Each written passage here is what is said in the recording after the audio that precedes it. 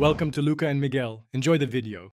You begin by preparing a confined environment so dependencies do not leak. Create a venv and activate it. Install Python 3.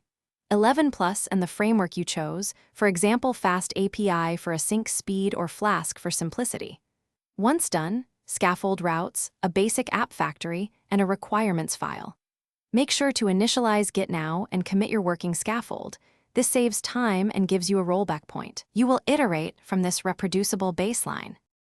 You now implement the core.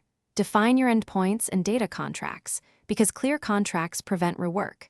Connect an ORM like SQL Alchemy and create migrations with Alembic so schema changes are versioned. Once data is reliable, add caching with Redis and background processing via Celery or RQ to keep requests fast. Make sure to add authentication using JWT or OAuth2 and centralize config. Then write tests that exercise main flows. Automated tests catch regressions before deployment. You finalize by containerizing the app and wiring up continuous integration so builds are repeatable, push images to a registry and deploy with health checks. Once live, add structured logging, metrics, and alerts so you know when performance slips. Run load tests and configure graceful shutdowns to avoid losing requests. If something breaks, check the app logs and trace the request path. Correlate request ID across services to isolate the failing component quickly, then roll back if needed.